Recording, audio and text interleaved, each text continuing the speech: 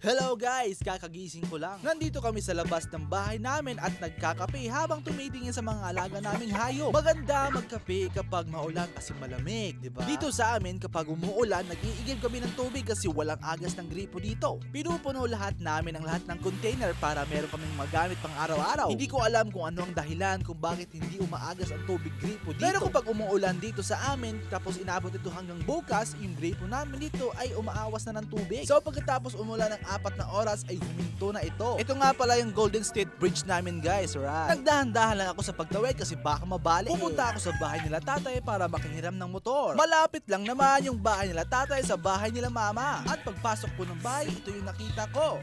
Ito nga pala guys yung anak ni Marie Lolace na si Sylvester. Oh, why sad? By the way guys, nakakita ako ng timbangan at tinry ko ito. Alamin ko lang kung ano ang timbang ko at na-shock ako sa resulta. Yes guys, overweight ako, kailangan ko na mag-diet. Anyway, sa arisari ang isda ang ulam nila tatay sa bahay at may kasama pang nilutong saging.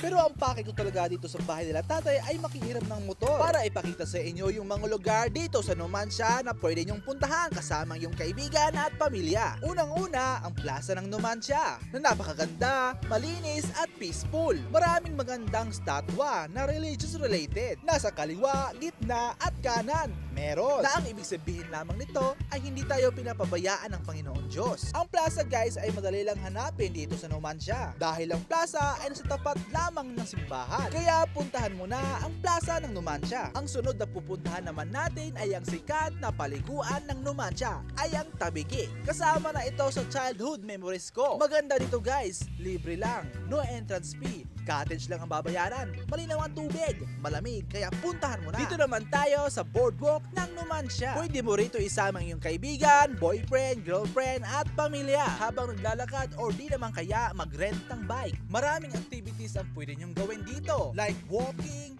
jogging, running, fishing, mag-TikTok at iba pa. Pwedeng pang-Instagram ang mga tanawin dito. Maganda rin ito kapag gabi dahil mayroong ilaw. Magugustuhan talaga ito ng mga introvert na mga tao kung gusto nilang mapag-isa. Pwede kayo mag-date dito ng iyong jowa. Kung meron ka nga lang, natamaan ka ba? Sorry!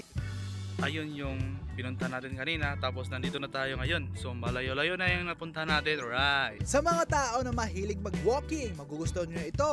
Alam nyo ba kung bakit? Dahil mahaba ang lalakarin nyo guys. Kahit ako, hiningal. Nung first time kong pumunta dito, akala ko talaga mararating ko na yung dulo. Pero hindi pala. Nung tinignan ko yung Google Map ko, ay hindi pa ako nakarating sa gitna. Kung maglalakad ako papunta sa dulo ay aabutin ako ng gabi. Okay lang sana kung akin yung motor pero wala akong motor guys kaya pasensya na, hindi ako makarating sa dulo. Naghihiram na kasi ako ng motor guys. Hindi ba Jester pwede kang mag-rent ng bike? Yun lang. Meron akong pera pero kaunti lang. Hinihingal na ako guys, balik na tayo dun.